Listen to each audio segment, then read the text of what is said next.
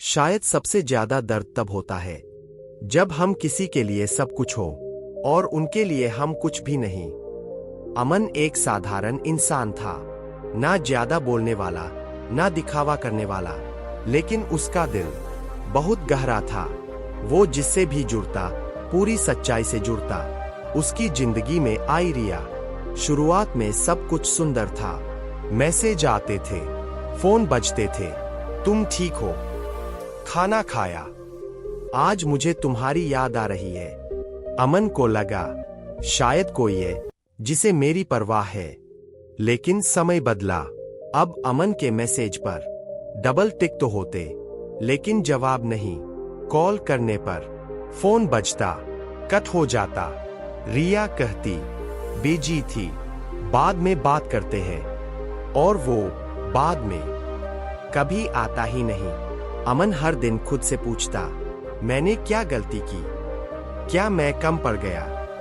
क्या मेरा होना अब मायने नहीं रखता? अमन अब हर चीज में खुद को दोष देने लगा। अगर रिया रिप्लाई नहीं करती तो वो अपना फोन देखता, अपनी बात पढ़ता और सोचता शायद मैंने कुछ गलत लिखा। वो अपनी अहमियत किसी और के जवाब से मापने लगा। अब उसकी खुशी इस बात पर निर्भर थी कि रिया उसे इग्नोर कर रही है या नहीं। यही सबसे खतरनाक मोड़ था। एक दिन अमन ने 10 बार हाय लिखा, कोई जवाब नहीं। उस रात वो सो नहीं पाया। सीने में भारीपन, आंखों में नमी और दिमाग में एक ही सवाल, अगर मैं इतना बुरा हूं तो वो सीधा क्यों नहीं कह देती? यहीं पर ज्यादातर लोग टूट जाते हैं। या तो गिड़गिड़ाते हैं, ज्यादा कॉल करते हैं, या खुद को पूरी तरह खो देते हैं। लेकिन अमन की कहानी यहां नहीं रुकी। एक दिन अमन एक बूढ़े व्यक्ति से मिला। शांत चेहरा, गहरी आंखें। उस बूढ़े ने सिर्फ एक बात कही, जो तुम्हें बार बार अनदेखा करे। वो तुम्हारी कमी नहीं, तुम्हारी अति से ऊब चुका है। और फिर उसने वो एक काम बताया जो अमन की जिंदगी बदल देता है। वो एक काम क्या था? मैसेज बंद करना नहीं, ब्लॉक करना नहीं, बदला लेना नहीं, बल्कि अपनी उपलब्धता वापस लेना। जब तुम हमेशा उपलब्ध रहते हो, तुम्हारी वैल्यू गिरती है। लोग तुम्हें ऑप्शन समझते हैं, प्रेजेंस की कद्र नहीं रहती। उस दिन अमन ने क्या किया? अगर कोई तुम्हें बार बार इग्नोर करता है तो उसे समझाने की कोशिश मत करो, खुद को समझाओ। क्योंकि जो तुम्हें खोने से नहीं डरता, उसे तुम्हारा होना भी महसूस नहीं होगा। अमन उस बूढ़े व्यक्ति की बात पूरी रात भूल नहीं पाया। अपनी उपलब्धता वापस ले लो। सुबह होते ही उसने पहली बार रिया को मैसेज नहीं किया। ना गुड मॉर्निंग, ना कैसी हो, ना कोई सवाल। पहले दिन रिया ने भी कुछ नहीं लिखा। अमन बेचैन था। हाथ बार बार फोन की तरफ जाता, दिल कहता बस एक बार लिख दे।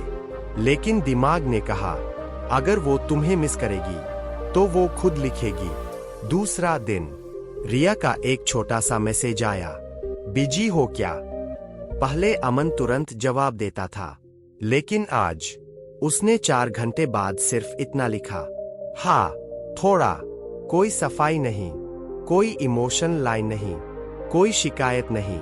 रिया हैरान थी।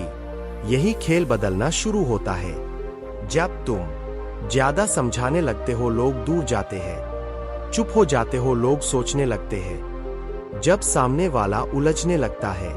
अब चीजें बदल रही थी। रिया ने फिर मैसेज किया, तुम बदले हुए लग रहे हो। अमन ने लिखा, नहीं, बस खुद पर ध्यान दे रहा हूं।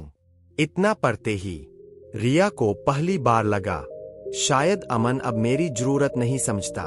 और यही वो डर होता है जिससे लोग भागते हैं। रिया ने कॉल किया। अमन ने फोन उठाया, लेकिन पहले जैसा नहीं था। ना सवालों की बौछार, ना सफाई, ना शिकायत, बस शांत आवाज। रिया बोली, तुम पहले जैसे नहीं रहे।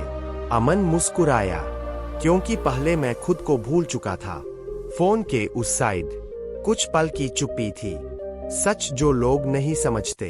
जब कोई तुम्हें इग्नोर करता है, वो तुम्हें खोने के डर में नहीं होता। वो सोचता है तुम वही हो। लेकिन जब तुम हटते हो तो उसे अपनी गलती नहीं, अपना नुकसान दिखता है।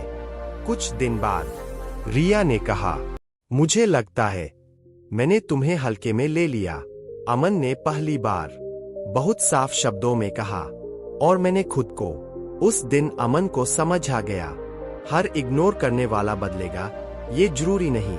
हर कहानी हैप्पी एंडिंग नहीं होती, लेकिन जो खुद को चुन ले वो कभी खाली हाथ नहीं रहता।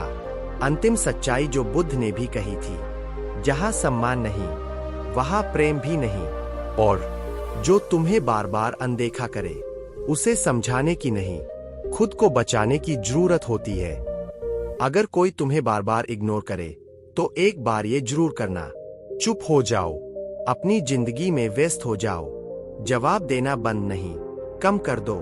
खुद को फिर से महत्वपूर्ण बनाओ, क्योंकि तुम्हारी कमी तुम्हारी चुप्पी से महसूस होती है, तुम्हारी भीख से नहीं। वीडियो अच्छी लगी तो लाइक शेयर सब्सक्राइब करना न भूले। नमो बुद्धाय।